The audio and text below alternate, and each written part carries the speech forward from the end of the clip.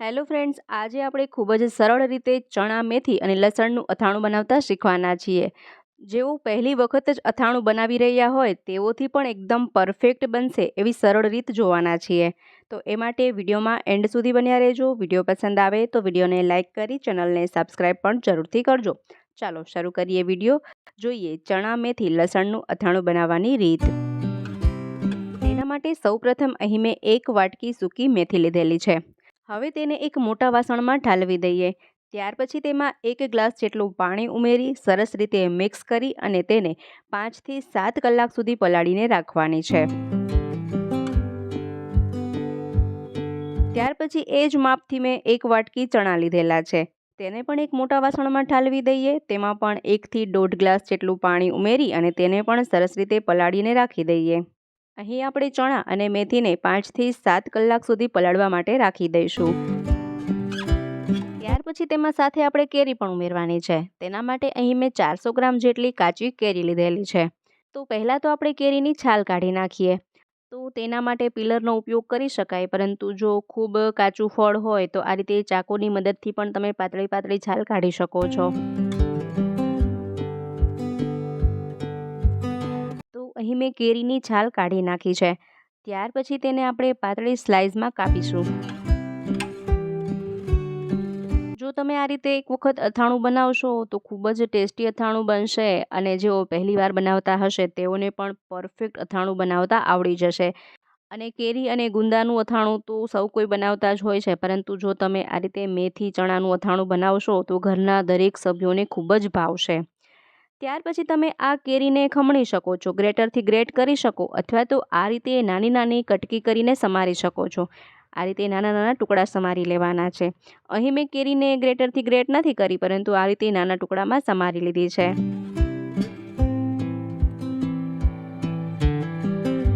કેરીને નાના ટુકડામાં સમાર્યા પછી તેમાં 2 ચમચી જેટલું મીઠું ઉમેરીએ.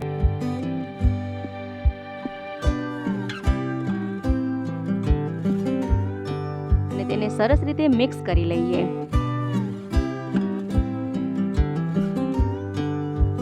મિક્સ કર્યા પછી તેને 2 થી 3 કલાક સુધી ઢાંકીને રાખી દઈએ. 2 થી 3 કલાક થઈ જાય ત્યાર પછી આપણે ચેક કરીએ તો મીઠાનું અને કેરીનું ખાટું પાણી આ રીતે રેડી થાય છે. હવે આપણે આ ખાટું પાણી છે તેને અલગ કરી લેવાનું છે. તો હવે આ કેરીને આપણે ગાળી લઈએ.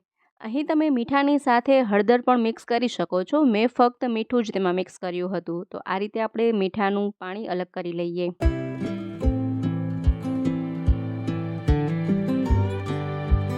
જુઓ, હવે આ જે ખાટું પાણી અલગ કર્યું છે તેને ફેંકવાનું નથી, તેનો પણ હમણાં આગળ ઉપયોગ જોઈશું. ત્યાર પછી અહીં આપણે એક કોરું કાપડ પાથરીએ અને તેના પર આ કેરીને સૂકવવાની છે.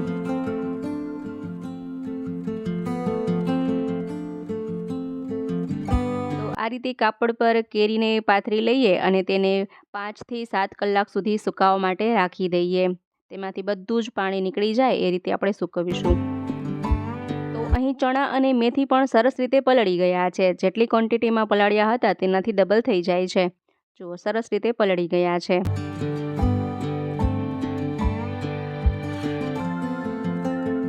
હવે અહીં આપણે જે કેરીમાંથી ખાટું પાણી અલગ કર્યું છે તે પાણીમાં આ મેથી અને ચણાને ફરીથી પલાળવાના છે.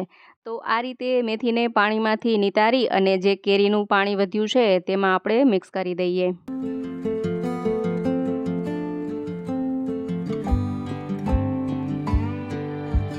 અને એ જ રીતે આપણે ચણામાંથી પણ પાણી અલગ કરી લેવાનું છે અને એ ચણાને કેરીવાળા પાણીમાં મિક્સ કરી દઈએ.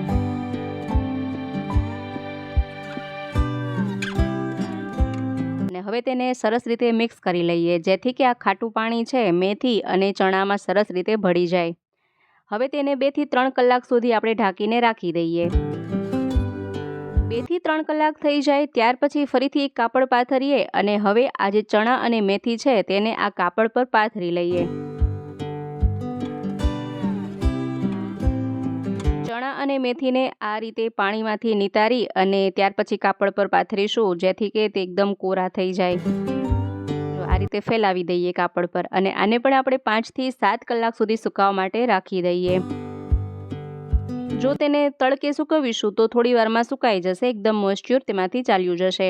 અને જો તેને રૂમ ટેમ્પરેચર પર સૂકવીએ તો 5 થી 7 કલાક સુધી સૂકવવું જરૂરી છે. તો અહીં ચણા અને મેથી સરસ રીતે સુકાઈ ગયા છે. તેમાં જરા પણ પાણીનો ભાગ નથી. જો પાણીનો ભાગ જણાય તો તેને વધારે સૂકવવાના છે. આ રીતે એકદમ ડ્રાય થઈ જાય, તેમાં જરા પણ પાણીનો ભાગ ન જણાય એટલી વાર સુધી તેને સૂકવવાના છે. ત્યાર પછી આપણે એક મોટું વાસણ લઈશું અને હવે આ ચણા અને મેથીને એ વાસણમાં ઠાલવી દઈએ અને સાથે કેરીને પણ તે વાસણમાં ઠાલવી દઈએ. ત્યાર પછી અહીં મેં 300 ગ્રામ રેડીમેડ અચાર મસાલો લીધેલો છે. અહીં તમે આ મસાલાને ઘરે પણ બનાવી શકો છો. તેના માટે રાઈના કુરિયા, મેથીના કુરિયા, થોડું જીરું અને હિંગ, ચારે વસ્તુઓને સરસ રીતે પીસી લેવાની છે. ત્યાર પછી તેમાં થોડી હળદર અને મરચું પાવડર મિક્સ કરી અને ઘરે પણ મસાલો બનાવી શકાય છે, અથવા તો આ રીતે રેડીમેડ અચાર મસાલો પણ લઈ શકાય છે. હવે આ મસાલાને આ બધી વસ્તુઓ સાથે સરસ રીતે મિક્સ કરી લેવાનો છે. ત્યાર પછી અહીં આપણે 2 વાટકી સિંગ તેલ લઈશું. અહીં આપણે જેટલા વાટકી ચણા અથવા મેથી લીધેલી હોય તેનાથી 2 વાટકી તેલ લઈશું અને તે તેલને એક મોટા વાસણમાં ઠાલવી દઈએ. અહીં આપણે તેલનું પ્રમાણ વધારે જ રાખવાનું છે. જનરલી અથાણામાં તેલનું પ્રમાણ વધારે હોય. ત્યાર પછી ગેસની ફ્લેમ ઓન કરી આ તેલને થોડું ગરમ કરવા રાખીએ. જો આ રીતે પરપોટા થવા લાગે ત્યાં સુધી આપણે તેલને ગરમ કરવાનું છે. ત્યાર પછી ગેસની ફ્લેમ બંધ કરી અને તેલને થોડું ઠંડુ થવા દઈએ અને ફરીથી આ મસાલો છે તેને સરસ રીતે મિક્સ કરી લઈએ. જો અથાણામાં તેલનું પ્રમાણ વધારે રાખવામાં આવે તો અથાણા આખું વર્ષ બગડતા નથી. મસાલો મિક્સ કર્યા પછી અહીં તેલ પણ થોડું ઠંડુ થઈ ગયું છે. હવે આ તેલને આ મસાલા સાથે મિક્સ કરવાનું છે.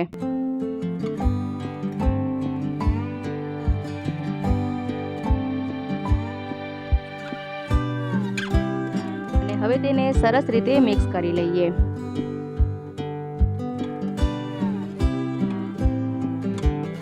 અહીં આપણે બધી જ વસ્તુઓ સાથે અચાર મસાલો મિક્સ કરતા જઈશું અને થોડું થોડું તેલ તેમાં ઉમેરતા જઈશું. બધું જ તેલ સાથે મિક્સ નહીં કરી દઈએ.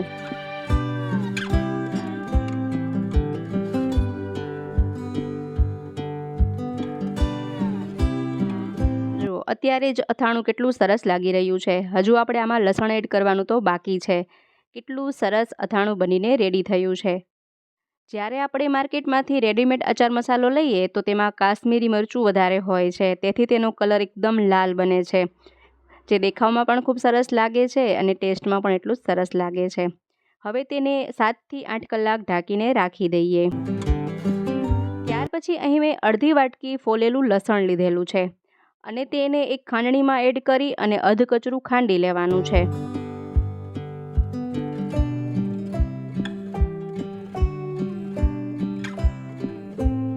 આ રીતે આપણે તેને અધકચરું ખાંડીશું અને હવે જે થોડું તેલ વધ્યું છે તેમાં આ લસણને ઉમેરી દઈએ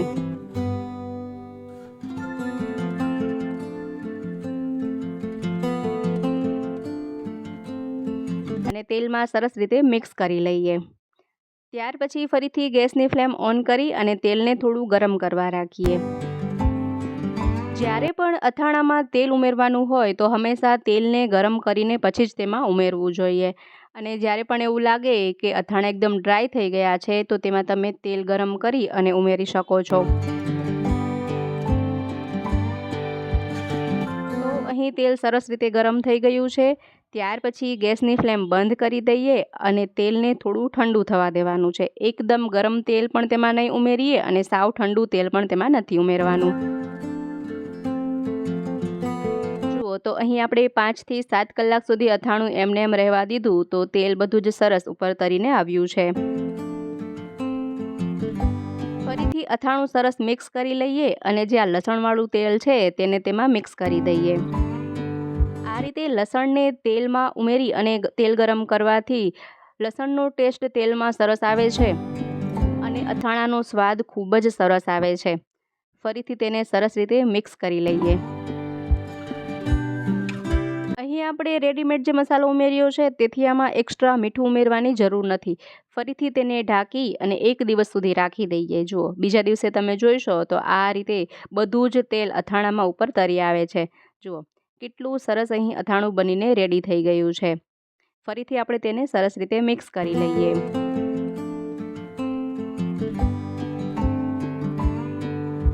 આખા વર્ષ માટે સ્ટોર કરી શકાય એવું ચણા મેથી લસણનું અથાણું બનીને રેડી છે।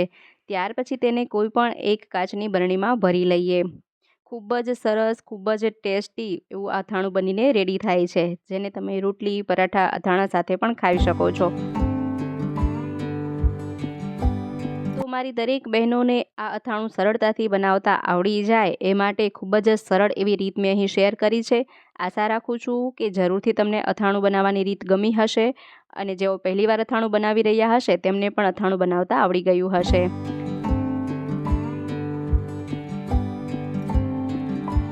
તો મિત્રો, વિડીયો પસંદ આવ્યો હોય તો વિડીયોને લાઇક કરજો, શેર કરજો, ચેનલ પર નવા હોય તો ચેનલને સબસ્ક્રાઈબ પણ જરૂરથી કરજો। ફરી મળીએ નવા વિડીયોમાં નવા જ આઈડિયા સાથે। ત્યાં સુધી જોતા રહેજો આપણી ચેનલ બી ક્રિએટિવ।